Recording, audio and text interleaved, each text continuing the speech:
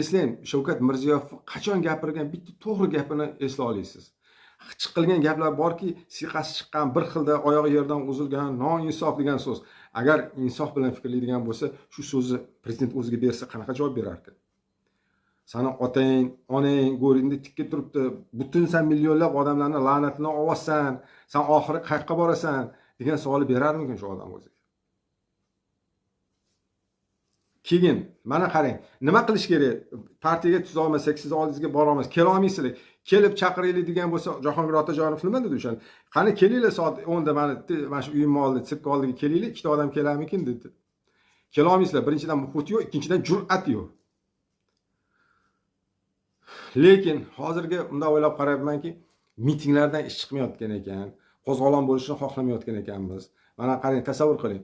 Belarusiyada 1 million odam chiqdi ko'chaga, tinch namoyishga chiqdi. Nozo'ravonlik harakati. Ish bergani yo'q. Qozog'istonda butun viloyatlardan tortib bir necha millionga yaqin odam ko'chaga chiqdi. Venezuelada Madurani ishdan olib tashlash uchun xalqdan 6-7 million atrofida xalq ko'chaga chiqdi. Bu degan so'z Venezuela xalq aholisining 20-25% degan so'z. 20-25% odam, 6-7 million odam ko'chaga chiqdi. Lekin Maduro ketgani yo'q. Unda nima qilish kerak? Mana tajribadan o'rganadi. Demak, hamma narsani kartani ochish ham kerak yo'q. Bitta narsani aytish mumkin ochish. Agarki biza sizlar videoyimni ko'rmasanglar ham bo'laveradi. Sizlar bu videoni faqat shunda chiqdimi, shunda tarqatish bilan shug'ullanishingiz kerak. O'sha agar prosmotrni ko'paytiradigan bo'lsak, millionlab prosmotrga kerak bo'ladigan bo'lsa, uni undan keyin chora-tadbir haqida aytiladi. Uni o'ylab qo'yganman nimaligini. Biz namoyishga ham chiqmasdan, hech qanaqangi qo'zg'olon isyon qilmasdan turib ham shunda bu xalq surib yuborishimiz mumkin.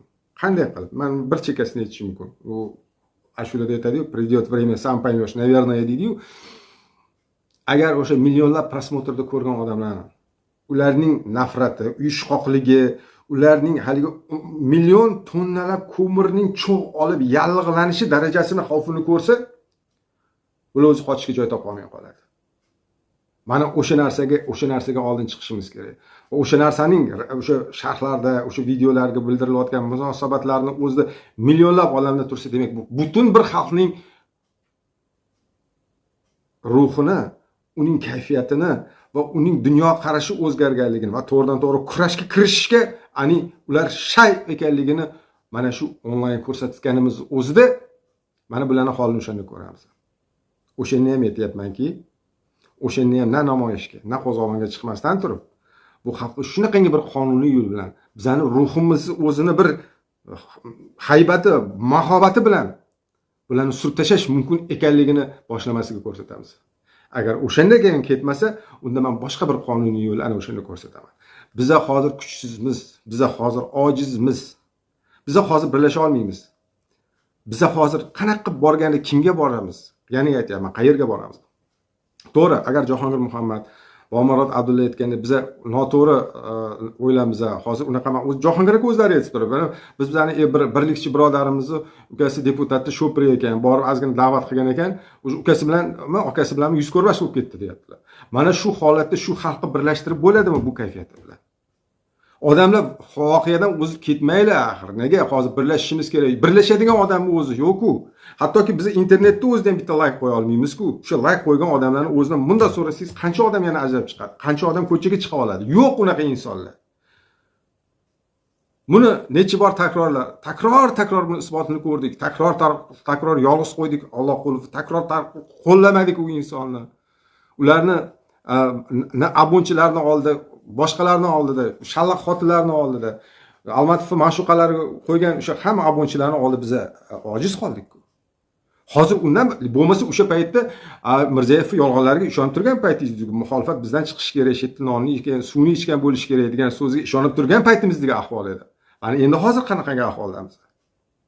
Hozir to'g'ridan-to'g'ri qani chiqlaringchi, chiq kellaring nima qilarkin masalani deb turgan paytda faqat buni og'zida kurashmaylik, bu og'zida boraylik, birlashadigan yo'q bizda hech kim hozir. O'sha aynan men aniq aytishim mumkin. Nari borsa mana shu videoni ko'rib yurgan odamlar ichida 100 ta odamgina birlasha olishi mumkin. Nihoyatda joni tildan to'yib ketgan, men qamib borsin degan odamlar yo'q, 100 tadan oshmaydi. Buni juda ham yaxshi bilamiz, afsuski. O'shaning uchun agar videoda ko'paytira oladigan bo'lsak, biz xalq fikrini, ongini o'zimiz tarafga burib oladigan bo'lsak, ana o'shanda bizning mas'uliyatimiz va o'shandagina biz qandaydir kuch bo'lishimiz haqida to'g'ridan to'g'ri gapirishimiz mumkindir. O'shaning uchun aytaman, videoni ko'rishinglar ham shart emas. Faqat sizlar tarqatish bilan shug'ullanaveringlar hozircha. O'shaning uchun men hayron bo'laman va o'yladim, tiyda anaqa Bobomurod Abdulla unaqa sen xoinsan, bundoq deb yozgan odam birinchi o'yladim. Bobomurod dedim, yana Usmon Xalqnazarov o'lmasiga o'tib qolibdimi dedim. Kimda o'yladi, bir gap bo'ladigan bo'lsa, u basharamga shap etib gapirardi. Men unga shap etib gapiradigan odamman. Bunaqa ish qilmaydi Bobomurod. Yana ataylabdan turib, mana men bilan Bobomurodni, men bilan Jahongir Muhammadni urishtirish uchun ataylabdan qilayotgan narsa. Deb turib, bloklagan akkauntiga kirib, bundoq qilsangiz oldinga nimalari chiqib keladi o'sha odamni. Sharhlar bundoq qarasangiz, meni qo'llab yozgan sharhlar bo'lib chiqadi o'sha narsa. Kim o'ylayman, buni ataylabdan shuni ham DXX uyushtirarmikin deb o'ylab qo'yaman. Shuning uchun aytmoqchimanki, agar shu paytda biz xato fikrlarni desanglar Jahongir aka, Bobomurod, bitta narsani tushunib, obro'yinglar qaytanga oshadi bundan. Men shuncha gapirib birlashinglar dedim-ku, endi mana bunaqa bo'ladimi degan xayoldan qochsanglar, yana eski holat qaytarilib kelaveradi. Yana biz chiqish olmaydigan, biz birlasha olmaydigan, bir-birimizdan qochadigan odam bo'lamiz. Bularga bunaqa narsalar juda qo'l keladi. Xuddi haligi General Rahim filmidagi yana bir narsa esimdan chiqib qoldi. O'sha odamlarni bu bizani haligi birinchi fitna uyushtirilgan provokatsiya amalga oshmagani uchun mana undan keyin Jahongir Ortiqxo'jayev operatsiyasi qilindi. Bu bitta tomoni xalqqa ko'zini bo'yab turib mana olib tashlashim degan gap bor edi. Yana ikkinchi tomoni bor edi. Hali eshitib qolsak ham kerak, balkim o'sha 37 ta kompaniyasini palonchi olibdi, pistonchi olibdi, unisi olibdi, Mirziyoyev mana unisi olibdi degan gaplarni hali eshitib olib qolsak kerak.